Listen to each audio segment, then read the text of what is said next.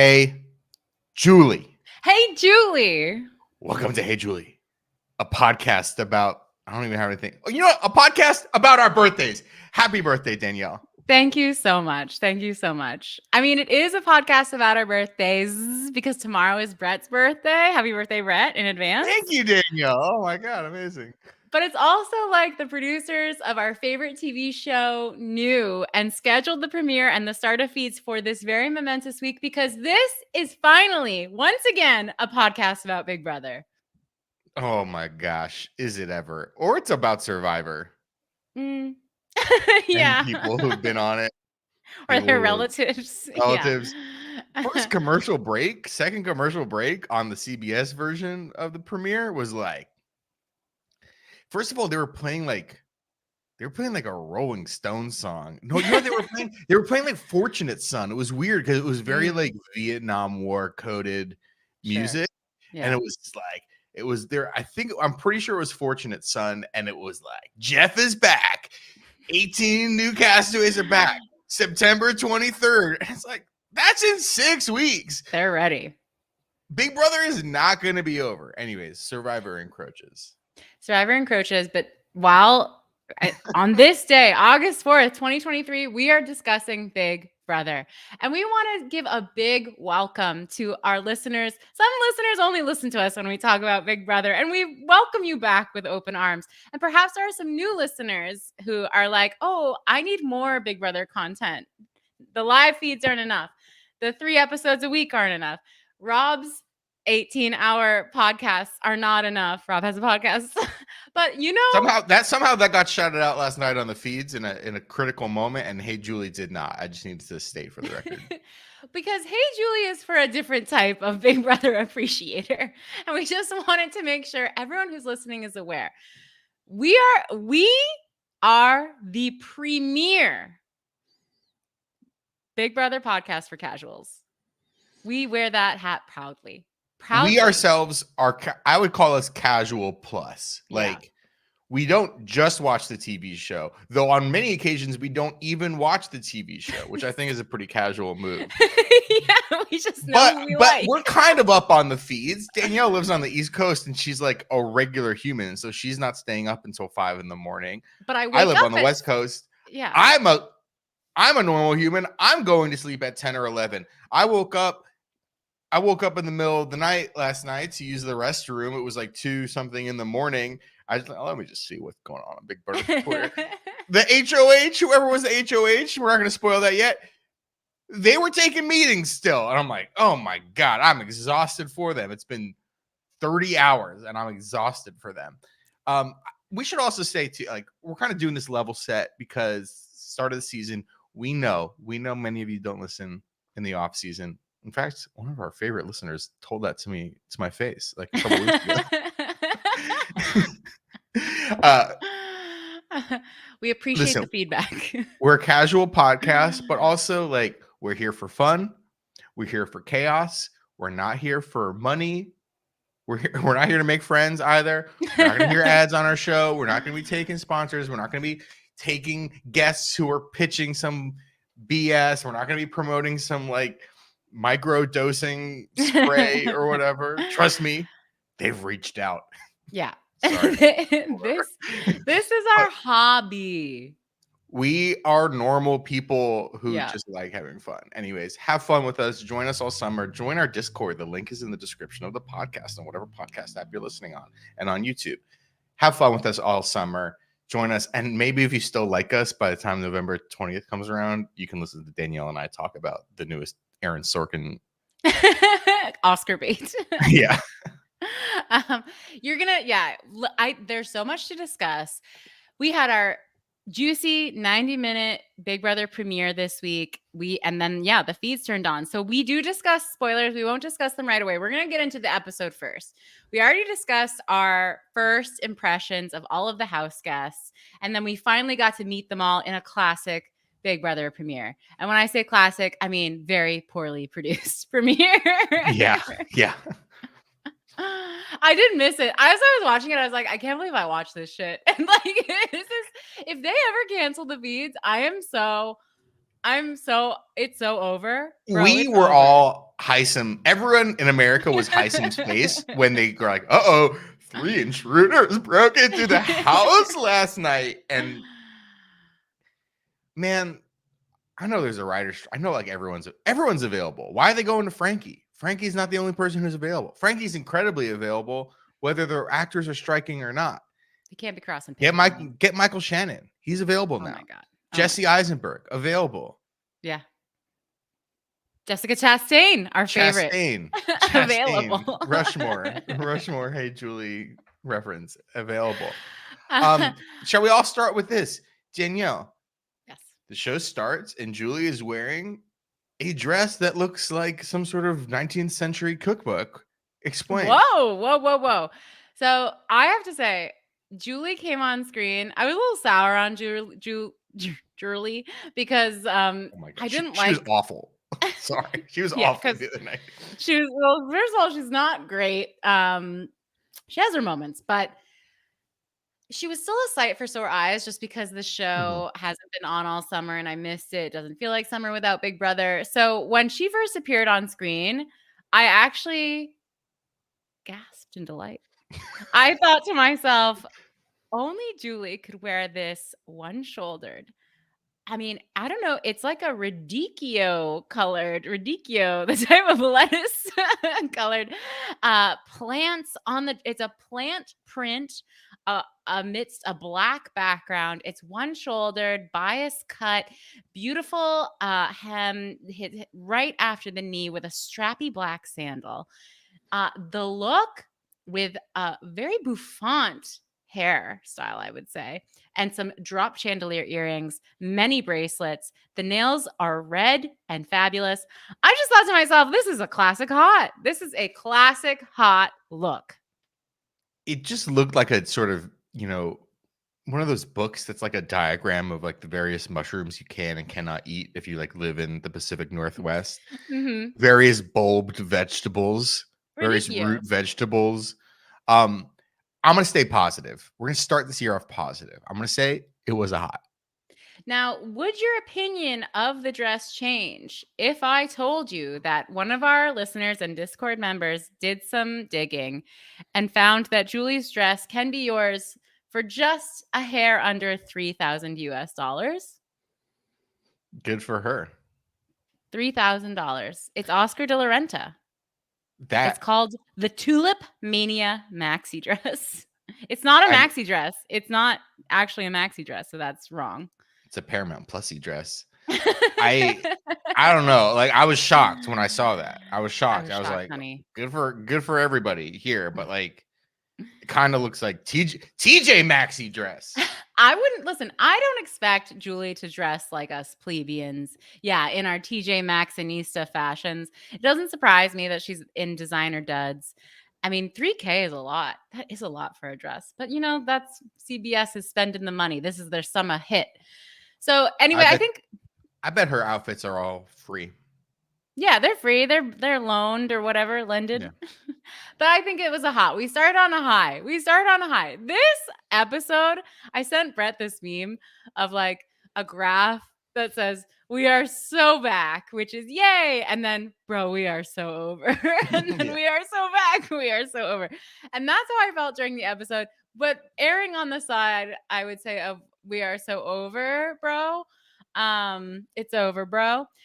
There was just a lot of production snafus. I didn't know if it's like the A-team all quit, but where are they working? Nothing's in production. They should have the A-team right now. Yeah. The regular Big Brother production team should be hitting the sticks right now. Like all the best competition designers should be available. You know what? Maybe not. Maybe actually on the reality show circuit, like it's hard to get good crew, hard to get good writers because every network is filming 14 reality shows right now because it's either that or they're airing Hawaii 5-0 reruns. I mean, we got buddy games coming up, I saw that. Wow. I think we need to get into the contestants who we finally start, the house guests who we finally start meeting in their prepackaged segments on the show. And Brett and I look forward to these segments every year. So good. They're great. Do you have favorites? Do you have least favorites? How should we go about these segments?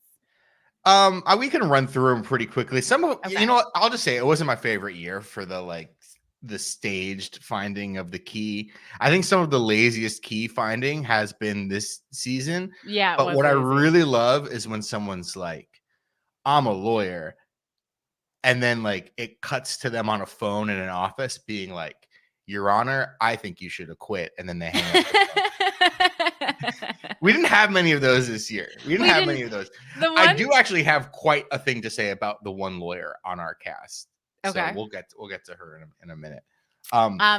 Jared's exterminating and with his like leaf blower full of poison, and he finds keys on a branch.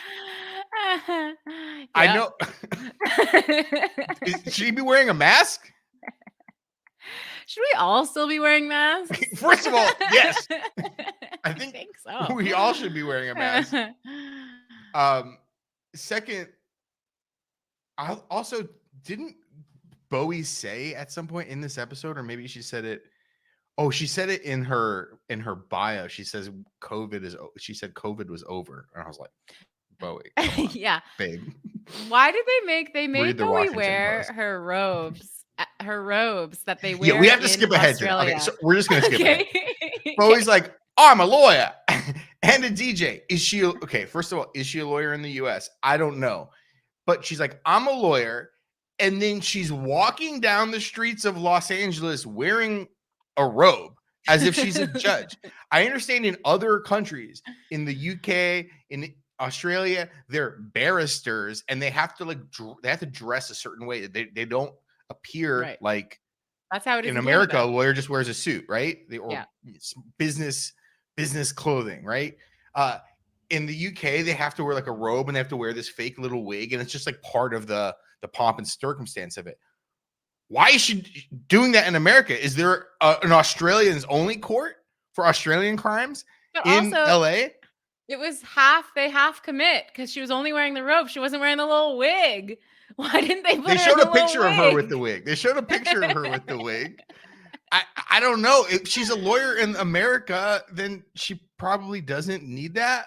Maybe she's a DJ here and she only practices law in Australia. Maybe. I don't know. That was great. That was so confusing to me. I love that. Was a very clear, which we love. We love this of them saying, let's get her walking down the street. Wait, let's make her wear the robe. Hey, production assistant, go over to Halloween Adventure. Get me a judge's robe. The robe was wrinkled as fuck.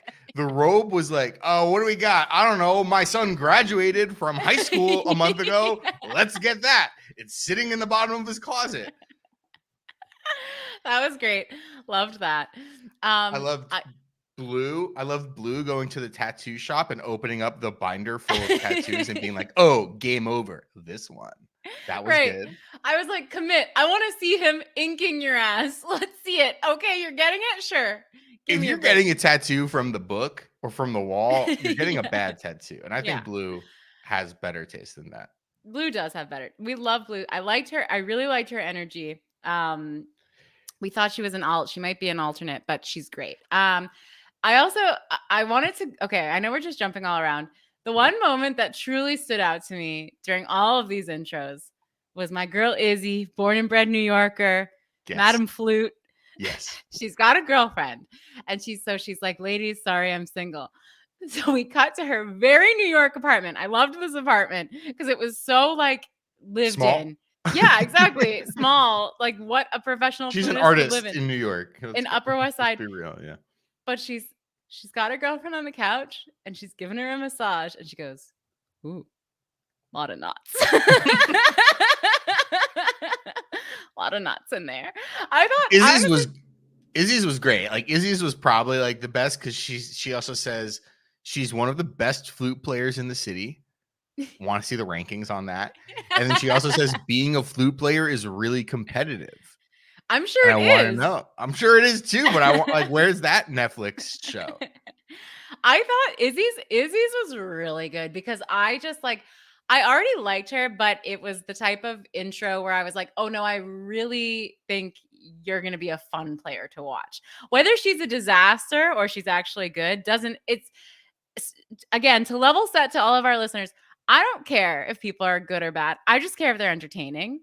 And I think she will be entertaining.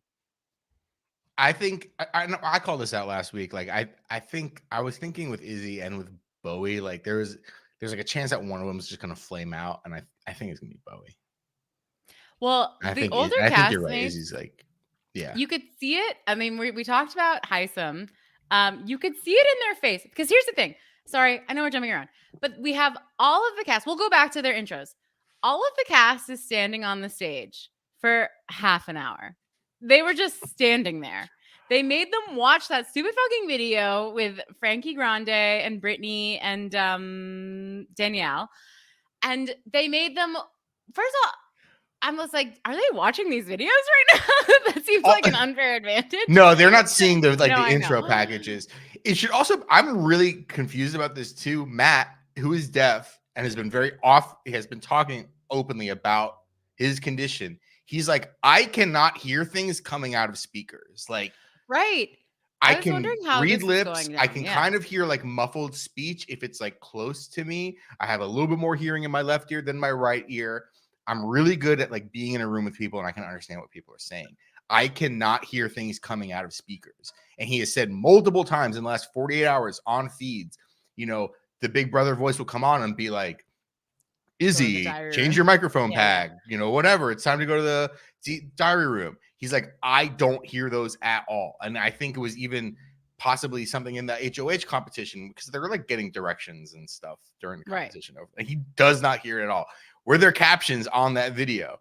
Probably didn't need them because it was like for children, but the acting was big so that we could understand. Yeah. You know, in film school, they tell you should be able to watch a movie without dialogue and know what's going, like with no sound. Yeah. And know what's going on. And that's the kind of acting that they took to heart.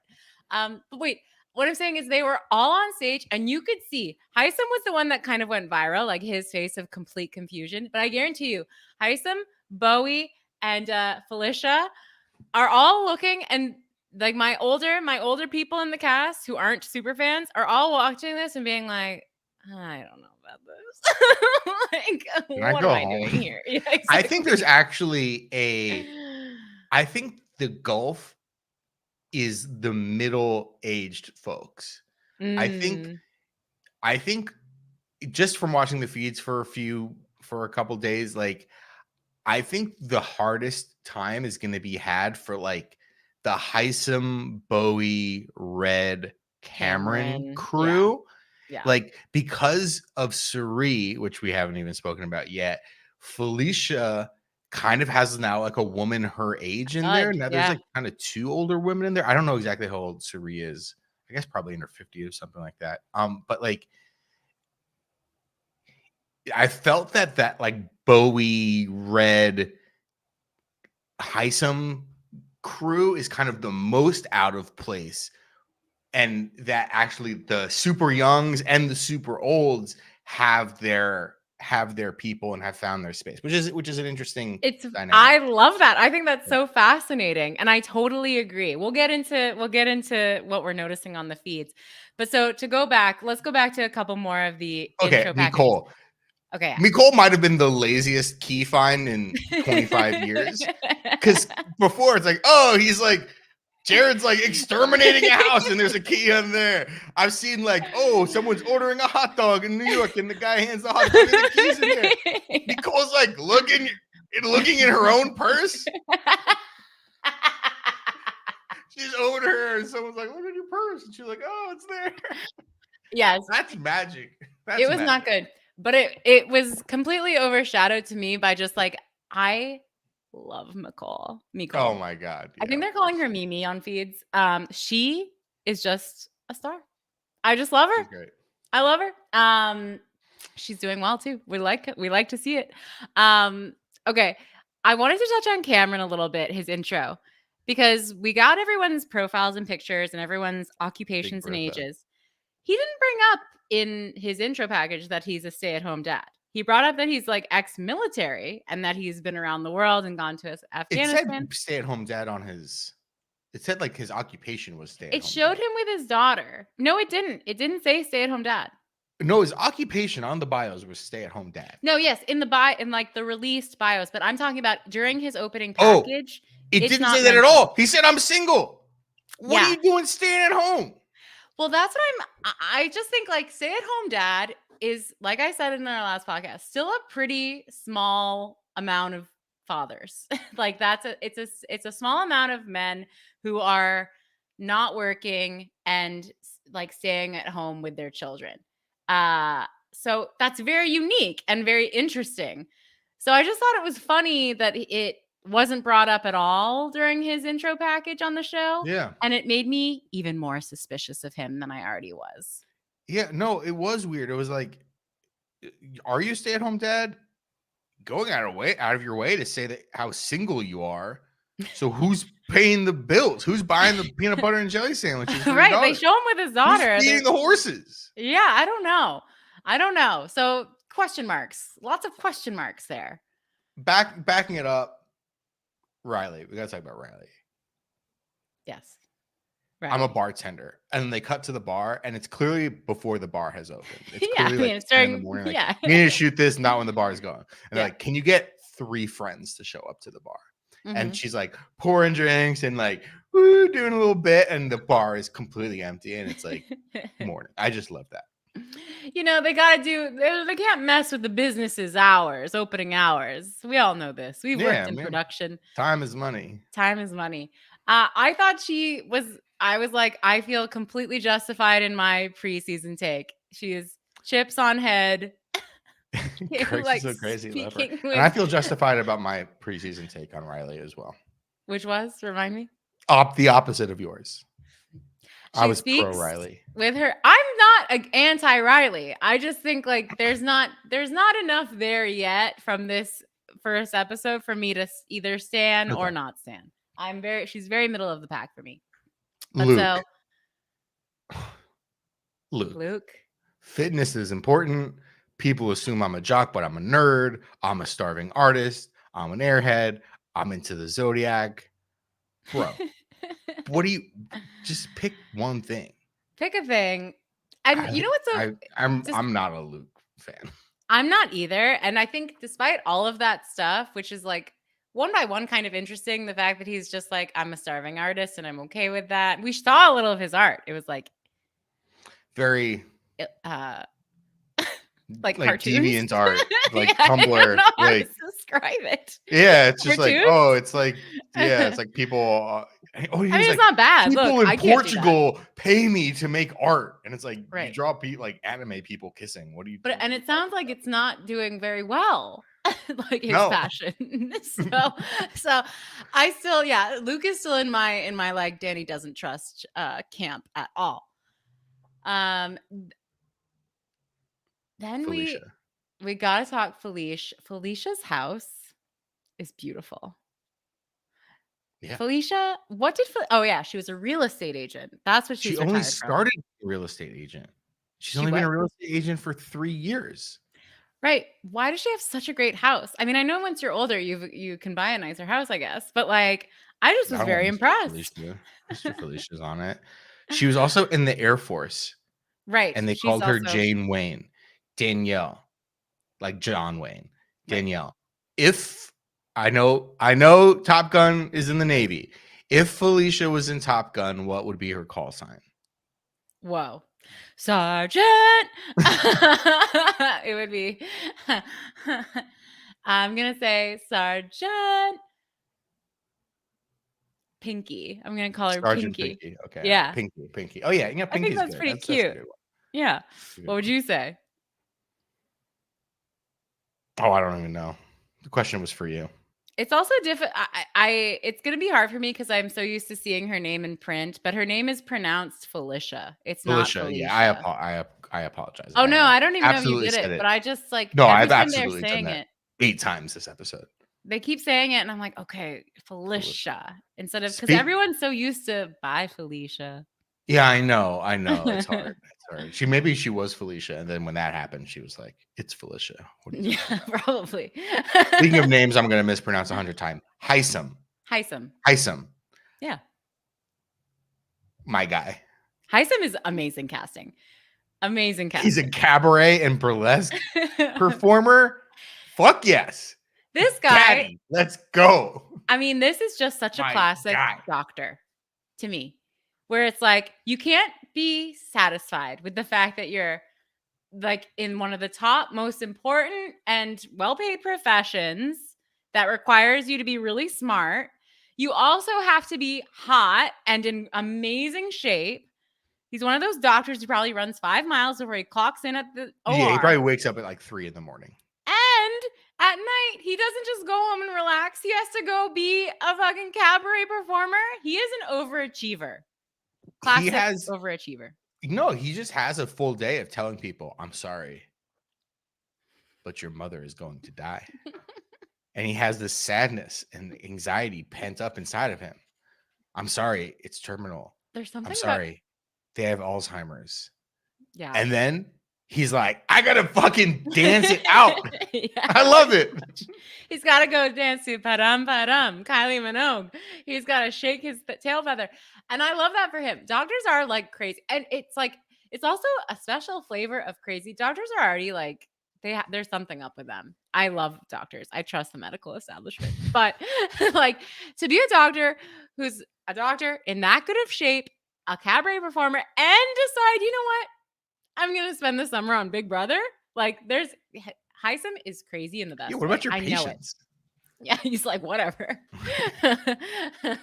Take a number. I love Heisem. Go to the I'm hospital. Very excited. You know when you call a doctor and like even if it's a dentist, like you call like any sort of medical office, they all have to legally say, I don't know about Canada, but in America, you call like the orthodontist and it's just like, "Hey, sorry, the orthodontist office is closed. It's freaking Sunday right now. If it's an emergency, call 911. It's like, it's not an emergency. I'm calling an orthodontist right now. Like, it's fine. Is his away message, is his like voicemail just like, "Hey, I'm gone for 3 months. Call 911, deal with it." He's on a sabbatical. When you're in a fancy profession, you can take a sabbatical. Corey. Vanderbilt poli-sci public speaking whiz. 17-time national debate champion, the most persuasive person in this nation, a black belt. I love it. What are we doing? Everything about Corey is just hashtag Dani was right. Everything about especially him being the first voted out. Yeah. I said, this kid is not going to last. I mean, he's just like such a little pipsqueak. Like, what can Oh my God. like watching him on the feeds with like men in like, he was like playing pool with Cameron and Red. I was watching then too. He's just like, "Hey guys, you ever like go to the store and buy candy?" Cameron and Red are men. They've been in the military. They've taken lives. They've seen shit. They've seen horrors that you could not imagine on the other side of the world. Play Fortunate Son, Jeff Probst. But that's why this cast is so fucking amazing because like you really forget. I mean, when they have the cast that are all just like young, hot 20-somethings wanting to be in showmances, it really is such a miss because there is such a divide. Like you said earlier, even a couple of years, and then we've got Bowie who's trying to pretend to be younger. Like it's so fascinating. I think age is "Hey guys, you know what it's like being born in the 80s. Remember watching Nickelodeon? Something I did because I was born in the 80s. Yeah, Corey is just a little punk kid. I really think I actually kind of like it. Like, it's great to have this little 21-year-old punk who's like, "I'm a black belt. Mom, look. Like, I don't know. I love it. I kind of love it. I like Corey. Because I like watching Corey. I hope he survives the week. I kind of don't know if he will. I don't know. I like watching him just because he's so weird and he's like on such a different level than everybody else. He's like trying hard. He thinks that he knows how to be a persuasive speaker. Right. It's like if you're the most persuasive person in America, you would be like president by now. Like, It's literally, just our like, country needs you more than oh my anything right gosh. now, and you're like farting away eating slop on Big Brother. But Okay. it's the perfect distillation. They found like such a perfect guy to be the 21-year-old in this cast. Yeah. Cause yeah, he's like, I'm the best. Like all of my experience in school is gonna make me the best at this game where like social interactions and relationships are so important. It's like it's just the perfect, it's like, of course this kid doesn't know what he's doing. He's a kid. He has no life experience. I know. Amazing. But so yeah, I love it. Jag, I think Jag's kind of cute, I gotta say. I I think he's love got a Jag. little riz. Oh yeah, where's the butt? He's got some riz. Does that? Yeah, Jag was great. I didn't really have anything to say about Jag. I don't have anything to He was say great, either. yeah. I thought the food he was eating looked good, and he's I don't know. There's something about like there's a little he's young too. And He's only everybody 25. Everybody But in the house loves him. Everybody in the house loves him already. And yeah, they're like, he's everyone a wants to be. cutie. He like already has like final twos with like half the cast. Maybe Yeah. they'll come back to bite him, but like, yeah, he's a fave. I don't I really kind have of want to any. blow. I do want to blow through these because like I want to talk about like lots of the other stuff that happens. Well, I was just gonna say, we have to answer questions and stuff like right. I don't have much to say about like America. Kirsten or America. I do want to Red, say about whatever. Kirsten. I do want to say two things about Kirsten. Okay. Every year, someone is a swimsuit designer. How? But she's Haven't also we invented enough swimsuits? yeah. But she's Okay. also a molecular biologist. I know she does it on the side, but I'm just like, I feel like we've had 5 swimwear designers in the last 6 years. Yeah, there's a It's lot like, of swimwear designers. How is this something that people do on the side? Because it's like a small amount of fabric, so it's like oh, so it's easy to design. yeah. I have an idea for a swimsuit. For men, it's a pair of shorts, and it's like a very like waterproof fabric. And for women, it's like tiny little underwear and something that covers the breasts. Yeah. It's like fun colored because you're at the beach or the pool. Yeah. I don't know. Print it. I love it. I love it. Okay. She also says this. I've done a lot of cancer research, which caused the expansion of a major vaccine. Good. I'm sure she couldn't say more for legal reasons, but good way of keeping it vague. A major vaccine. I don't know what it was. Well, we know she's pro-vax, and we love that. We love her. I love her. And I've actually been really. I kind of didn't know what to think of her coming into it, and I felt her to be one of the more social players. For better, I really like on the feeds. Yeah, no, I was like, oh, I wasn't thinking about her, and then I watched the feeds, and I was like, oh wow, Kirsten, let's go. The whole cast. Let's just tie this up in a little bow. This cast is a gift from God. We got so blessed this year. They're all interesting. There's such a range of everything, like diversity in everything, age, backgrounds, where they're from, types of employment, all of it. It's fabulous. The most persuasive person in the nation. The least persuasive person in the nation. Which is a why red belt, a yellow belt. Which is why, and I know all of the CBS super fans might get mad at me for this. Why I was frankly a little disappointed to have a reality show superstar veteran be added to the cast last minute. I'm talking about Sari. So Sari Fields is our 17th house guest. She's also Jared's mom, which is funny. I have to say I was very disappointed. I've now made peace with it, and now having the feeds and seeing how things are going down, I think it will be additive instead of how I was like, oh, this sucks, because everything's just going to be about Sari. And I just think this cast deserves to have a game play out without that element. That's how I feel. Like I'm not crazy. I'm not gonna like fight and kick and scream and like bitch about it. But it's just like I just don't think it's fair. Life isn't fair. This does not need to be a fair game. It's CBS's production to play out however the hell they want. Right. I just don't think it's like it is such a huge advantage for 2 players in this game, for Sari and Jared. They like if we're betting on this in Vegas, their odds are much better than everyone else's odds right now, other than like Jag. who's just everyone loves. But like, and the most persuasive person, Corey. we've just seen that. Yeah, the most persuasive person in the world has already won. Like, we've just seen this so many times, whether it's the season that Nicole Franzel won. Like, when you're a returner, she hasn't played Big Brother before, but she's played Survivor 4 times. And she won. Survivor is Big Brother, but you're starving. But you're like literally being starved to death. She knows how to do this. She knows how to do this. She knows, and it's much slower. And you've just seen in the 24 hours, 36 hours on the feeds, she is just light years ahead of everybody in a social game. And people know who she is. A number of people know that Jared is her son already. We'll see. It's very early. It's very early. It's a 100-week game. I'm not saying that they're going to win or anything. I think they just have a significant advantage. And I don't know when people are going to turn against them, because they are I'll just say this. After 2 days in the feeds, I know Jared's nominated. They're in a very good spot in the house socially. People like them. People want to work with them. There is an HOH now, and the HOH didn't nominate the 4 people who are nominated. So like, that HOH actually has a really interesting and good relationship with many of the nominees, because that person's like, hey, I didn't nominate you. I want to work with you. I'm going to, they can still pick who they want to work with, and they actually don't really get to have any blood on their hands the first week, maybe a little bit, but they're not actively choosing a nominee this week.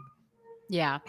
So yeah, I don't know. I don't know what to say, because people really love Suri. Like, yeah, we love Suri. Yeah. Like, it was just that the season was like we had such a great all first timers last season. The last cast was so great. So I was just like, it took the wind out of my sails a little bit, but I'm over it. We've accepted it. We're still full speed ahead. Do we want to talk about the competitions? Yeah, we need to. I do think we need to. Okay. Julie Chen has the best job in the world, the worst job in the world, and she has to say in it. And Matt is the first person to kick himself in the butt 100 times. That's just your job. You say that. I tweeted this. Matt's gonna his arms alone. He is gonna win every competition, every physical competition. This guy's body is cut from marble. Yeah, he's a swimmer. I kind of have a little crush on him too. Matt and Jack are my crushes this year. Usually it'd be Red, but this year I'm switching things up. Or Heisem. Heisem's third place. Yeah, Heisem. I mean, sure. Heisem's vibes are not what I'm crushing on. I'm obsessed with him. But so the competitions are kick yourself in the butt with this medieval looking machine. Yeah. Where obviously the swimmer is gonna he was amazing. He did it in like 10 seconds. I mean, they did randomly distribute themselves on it. Like, that's true. That's true. Then there was the puzzle. There was a puzzle. Yeah, you had to put a puzzle together, which Jared lost. It was like, if you lose this competition, you're nominated. So Jared lost the first one, which I was like, of course. This was a very Dani was right episode. Jared was very not good at that puzzle. Yeah. Jared was like, oh my Lord, I don't know if this man's gonna be decent at a puzzle all season long. His performance on that, I was just watching him do it. I was like, what are you doing? Like, he was overthinking it. I was happy though, because I didn't want any of the. I think it was all women he was with. I didn't want any of them to be nominated. So it was between him and Micole at the end. I know, yeah. And I was just so happy that Micole wasn't going to get nominated. And then it was kick your butt, I think. Then it was put the wires in the hole. I didn't even know what this was. 2 seconds to do. Also, it was called Goo-pocalypse, and Julie called it Goo-copolis. The copy for this, I can tell the writers are on strike. The copy was insane. They put so much, Julie does have to say a lot of stupid shit. I mean, it's just so much.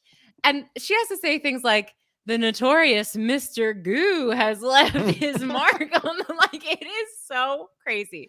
I know this is a show for families. I get it, but it is also very, like, it's too many words. Just say, like, put the wire in the hole. Yeah, on Survivor, it's like move this crate. This crate's on the bottom of the ocean right now. Put it over here and do a puzzle. We don't need a story about like the god of the sea. Put this crate down here. You have to use the magical shells to cut the rope. It's like move the crate, finish the puzzle, just do it. Like, what are we? We're not trying to rewrite the Greek mythology here, right? Like, come on, this is Big Brother. So, who lost that one? Jag was the first in that one, Felicia and then lost. Izzy. Felicia. Once lost. they put all these things together, I was like, oh, Felicia. I knew Felicia was gonna get nominated. I was like, oh, poor woman. Yeah. And then we have to talk about the best competition of the night, or the worst competition of the night. Lie down on this and mat, seemingly do nothing. Your tweet about this was so good. Well, because I was just like waiting for they're lying down, holding on to like the little nubs that you hold on when you're rock climbing. Yeah. And they're attached, like a hand is attached to them, but you can't really tell. You can't tell what's going on at all. You can't tell. That's the whole thing. Pulling them into the into a non-Netflix branded version of the Upside Down. Right. It's been legally cleared. It is a parody. It is different. But and you can't tell that they're being pulled. You can't tell that they're being pulled. You can't tell how hard they're being pulled. They're just lying down. Clearly, Julie expects this to be over already because she keeps saying there's silence. And every 35 seconds, she's like, wow, you guys aren't even breaking sweat. You're still hanging on. Still hanging on, huh? Still hanging on. Why would they do this? You guys are so strong. It doesn't look like anything. Luke at one point lets go of one of the handles and it's just kind of like stretching his fingers and stuff. And you're like, is he doing this because he lost grip? Or is he doing it because he's like, oh, this is easy. I can just do it with one hand. You also, listen, television is a visual medium. So why would you have these people, when performing in a competition, be lying face down where you can't even see their beautiful faces and whether they're struggling, whether they're okay, whether they're smiling, even if they chatted at all, you can't see anything. You're watching the top of their head. Why would they do this? Why would they do this on a time crunch live episode? Just do a fucking crapshoot. And then they're zoomed in on one fucking person's fingers while the other person falls off and it's over. And you're like, oh, I guess it's over. And then he very slowly got dragged away. Very slowly. So you're like, oh, there wasn't much velocity to that. It couldn't have been pulling that hard. And then Julie's like, well, Cody's gone to the nether regions. We don't know when we'll ever see him again. That's his punishment. Because not only is he nominated now, he got punished where he had to go to like the back room on the CBS lot. And when the feeds came on 3 hours later, he was in the house. Spoiler. So the way the episode ends is Felicia, Jared, Corey, and Kirsten are the nominees. They go into the house, and who's waiting for them but Siri, Jared's mom. And that's how the episode ends. Yeah, and half of them are like, cool. Yeah, we don't know who you are. You know Jeff Probst? And then the other half are like, who are if you don't know who she is. It was a horrible intro. Yeah, it was just some lady. But this is my thing with the Siri thing. It's like, why aren't these people like instantly like suspicious of like her place here? Why does she not enter with the rest of the people? Why is she just there?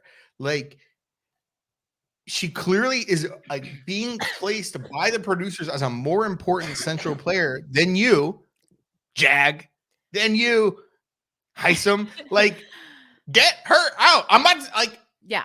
I'm just saying, like, I'm just trying to view this as one of the 16 normie house guests, and I would be pissed, and I'd be trying to get her the hell out because that's gonna greatly improve my chances of winning. Yeah. I really thought, excuse me, they showed her like the back of her before they went to commercial. And I really was like, oh, is that a goof where like a production person is in the Yeah. house? Like it was so anticlimactic because they were sort of like, okay, cool. Like no one really knew. I don't know. It was a perfect end to the episode. Perfect Big Brother production value. Should we get into questions and spoilers? We have so many questions. We didn't answer questions last time. I know, sorry, but I have so let's much answer time now. questions. Yeah. Let's answer questions. There's a question from like many weeks ago that we never answered. Ooh. This is very important. Okay. Would Jocelyn team up with Todrick on Celebrity Big Brother?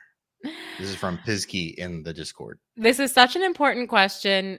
I love this question. The answer is absolutely yes. As we saw in The Idol, Jocelyn would pair up with him, but then slice his neck. Todrick is the Tedros of the Todrick just is Tedros in real life. Yeah.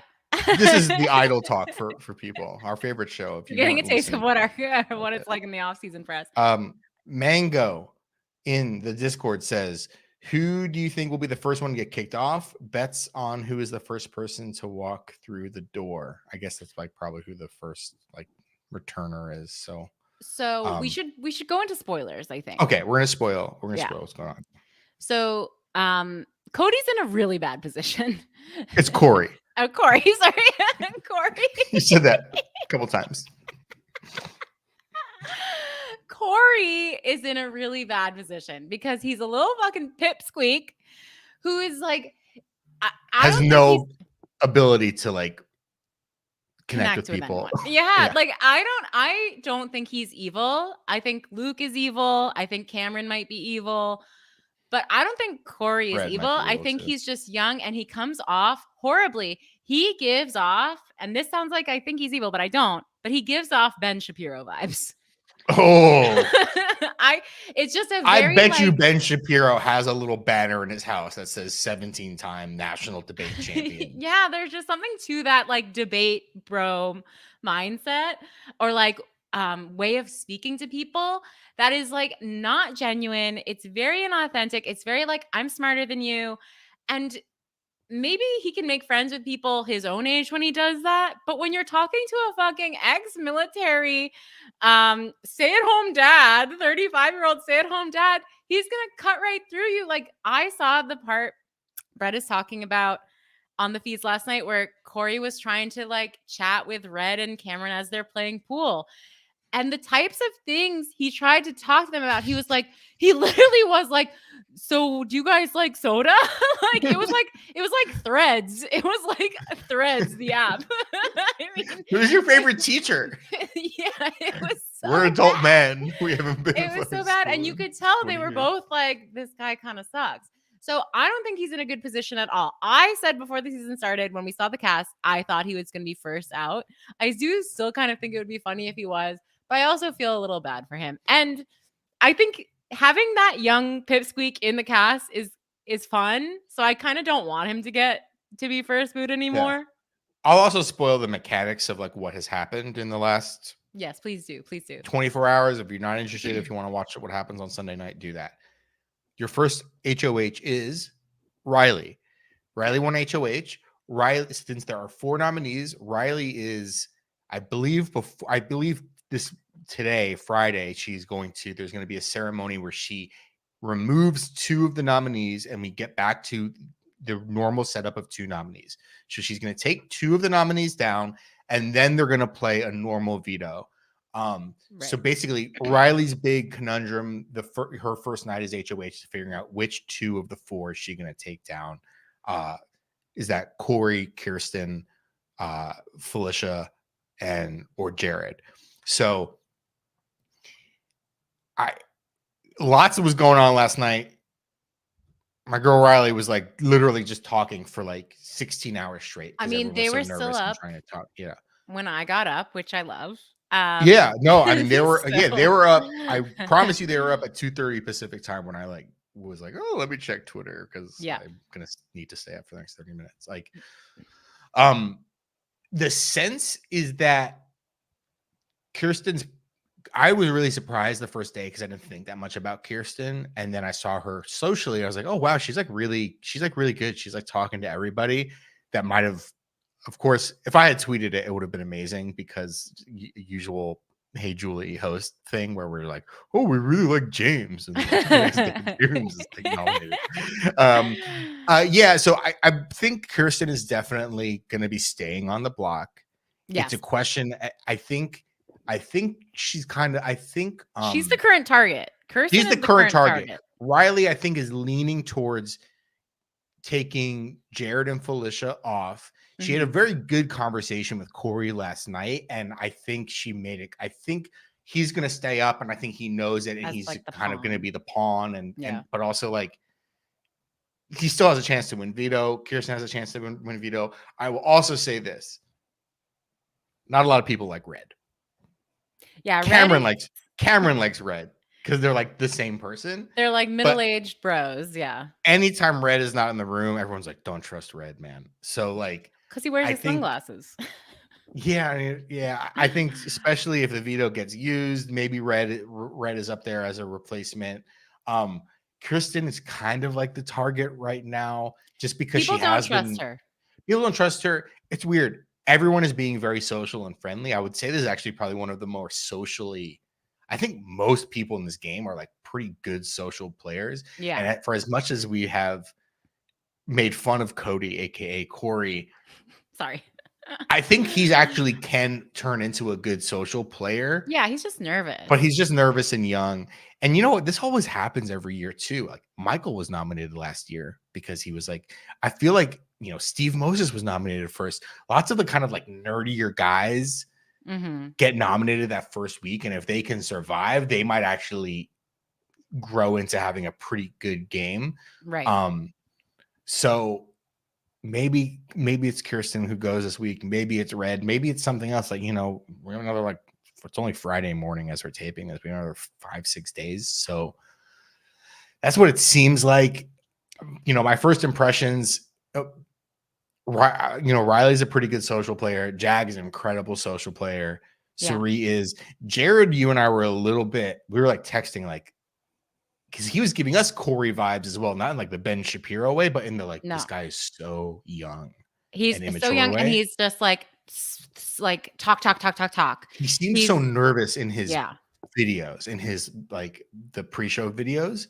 Yeah. He's a great social player. He's a great social player. I think without his mom angle, just because he's not really been with his mom that much. Like they check in a little bit, but he's off in other rooms doing stuff. He's great. I think I'm not he's worried overplaying. I don't know. I think that he is overplaying. Oh, for sure. And that's gonna be fun to watch. It's fun to watch because like it's so the opposite of what Siri is like. She's just sitting. She's relaxed. She's just sitting, relaxing. I mean, she's not on the block, but like it's just it's funny to see them. It's also very funny because like they look a lot alike and no one has noticed. Izzy knows, Izzy and knows. I would imagine it's a matter of time for anyone else. We did get a question sort of related from Tulanator in our Discord. Do you think Jared knew his mom was going to play, or was he surprised? I think yes. You think he was? I think he knew. I think he must have had an inkling because they just made all of his preseason interviews about his mom, which like is funny. Yeah, and like he's like, I guess, I mean, nobody has to live next to each other or whatever, but his whole like thing when he was like fumigating was like he was FaceTiming with his mom, who was like in an undisclosed location. Right. And it's like, oh, I'm going to Big Brother. Mom, what are you doing this summer? Oh, nothing. I'm also packing my bags for a 3-month trip that I'm not going to tell you about. I'm going to Spain. There is something, I have to say, there is something very funny about like a mother and son in the Big Brother house together. Like, I do find it an amusing twist. Taking the survivorness out of it. It is funny. Yeah, no, that is cool. That is cool. Like, we haven't had a dynamic like that since like Dick and Danielle, but that was like father daughter, but also like they didn't have a good relationship. Yeah, like they were like different. Like didn't like speak to each other or something like that for years.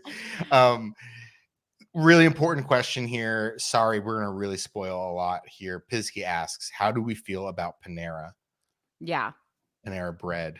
Danielle.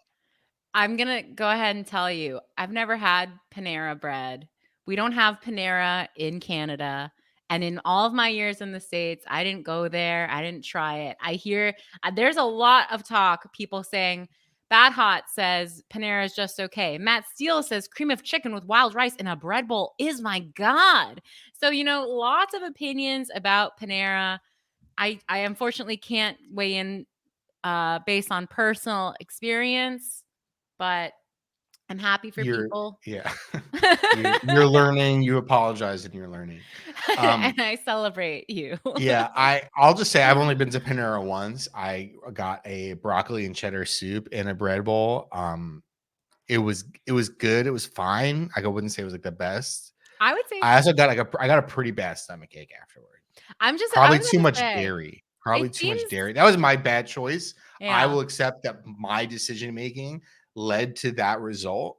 People Otherwise, I aren't don't gonna know. wanna hear That's this. it. Yeah. People are not going to want to hear this, but the idea of a bread bowl is disgusting. I'm so sorry. That's incorrect. That's just plain out wrong. I'm That's so sorry. flat wrong. But like, A I sourdough. don't want You were East Coast. I do not want soggy, wet bread to eat. I don't want that at all. The idea of it just sopping up at the very bottom and then just being like this sopping wet piece of bread. Like, how disgusting. That is nasty. It's nasty, folks. Sourdough bread bowl is a Californian delicacy. I'd rather just have a piece of bread on the side. Have 2 pieces of bread on the side. I'm not anti-bread. I love bread. Yeah, dunk it. Dunk that motherfucker. But yeah, I don't know. It does not sound yummy. It sounds yucky. Yeah, well, that's the only other question from our Discord, because literally there's like a page of people just talking about Panera Bread. So again, pitch in the Discord. Welcome back to Big Brother season. If you want to talk about Big Brother, great. If you want to talk about Panera Bread, we got the Discord for you. It's in the description of the pod. We love it. You can tweet at us still at HeyJulieBB on Twitter.com. We have questions. I think we have questions. Oh, we do still have more? Yes. I was just reading the Discord ones. Excuse me. Do you have to go? No. Okay. Matt May 81. What do you guys think of the theory that there will be a new house guest for each of the verses? The Scramble verse being Suri from Survivor, a Scary verse returnee being a BB villain, a comics verse returnee being a BB winner, and the Humiliverse being a first evicted returnee. I kind of like it. I like the idea of it. I don't think it's happening. Oh, you don't think so? Yeah, maybe they'll read that tweet and be like, actually, good idea. It is a long season. There's a lot of time to throw some people into the house. I don't know if there's got to be a battle back, maybe 2. Or maybe instead maybe what they'll do is they'll have the people voted out fight one of these people. I don't know. It sounds like a fun theory is my answer. That it's a fun theory. Spicy Marco, the benefactor, sent us a giant list of things to ask. We're not going to do that. We're not. And same with Daniel Saunders. Maybe we'll do that next week. Too many to do. And it's yeah, okay. It's Matt Steele. Which one is going to be the first guest on Hey Julie? That'll be our final question of the day. Like we said, we simply are not high profile enough to have one of these people be a guest on Hey Julie. I think we could maybe swing getting Julie's wardrobe assistant on. I think we can get Corey. Hot or not. I think Corey is incredibly online and loves to talk. That's I think true. we can get Corey. That's true. Maybe Corey. And that would be a huge get for us, and we would welcome that. He'd be like, "Hey guys, what is it like paying bills? I don't know. I'm just a little baby." Yeah, and that would be fun. Thank you all for your questions and comments. And you can, send us more, make it. This has made my birthday so fun. Brett's birthday is tomorrow, so make sure you send him lots of questions and comments to make his birthday fun. We're going to be back next week at some point. Indeed. We don't know when, but we will be back because it's Big Brother season, baby. Finally, it's time to go watch some more feeds. Yeah, Discord us at discord.com/look in the description for for the link to it. Twitter.com/x.biz/HeyJulieBB. Email heyjuliebigbrother@gmail.com. Email never dies, folks. It's the best way to get to us. That's it. We all love you. Happy birthday, Julie. Happy birthday, Julie.